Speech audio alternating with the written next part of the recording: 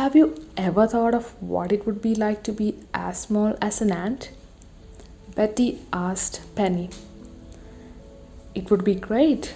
We will have more space to play in our room, and to be like an ant would be also like having billions of friends. Hey Betty, now I wanted to be as small as an ant so badly. But I hate ants, said Betty. And you know what? My dad has reduced a big monkey into the size of an ant. What? Stop joking, Betty. I'm not joking. If you want, you can see it for yourself. But my father has locked his lab and would not let me in. He wanted it all to be a secret. I don't believe you until I see it with my own very eyes. Penny, if you want to really see it, come home tomorrow in the evening. Let me find a way to break into the lab tomorrow, somehow. Well, seriously? Yeah, I want you to see it. Next day, Penny got there just in time when Betty's parents had just gone out.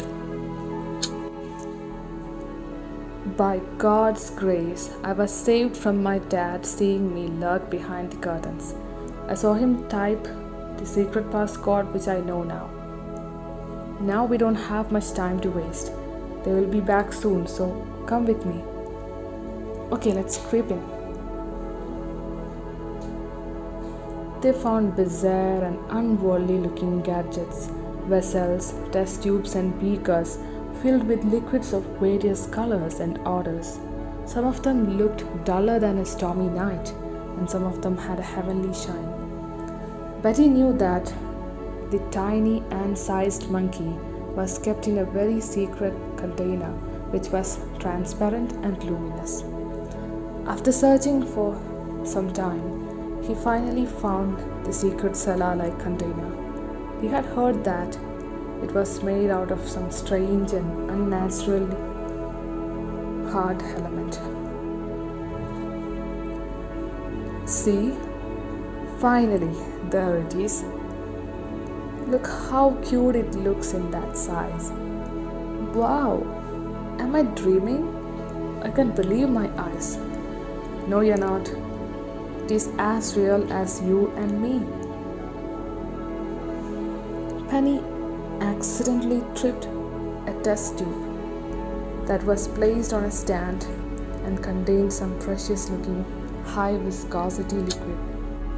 A drop of the liquid fell on the tip of her feet, and in no time she disappeared in front of Betty's sight. Betty was petrified, not knowing what had happened to his friend, but thought the test tube probably contained the liquid which reduced one's size to such small scales as that of an ant. He looked down and started searching for his friend all over the room. Meanwhile, Penny was having a hard time figuring out what just happened to her. But she could see a giant Betty standing in front of her, and she realized what just happened to her. She was almost in tears, not knowing what to do. To her dismay, every single moment of Betty seemed to be slow, almost like watching a movie in slow motion, and his voice strange and alien to her tiny ears. She regretted wishing for being as tiny as an ant.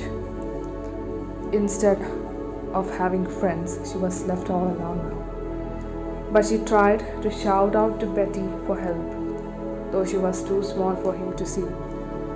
Betty finally managed to find Penny in a corner of the room. She was weeping and he had no idea what to do. He searched the lab for the antidote to the chemical, and in another precious ways he found it.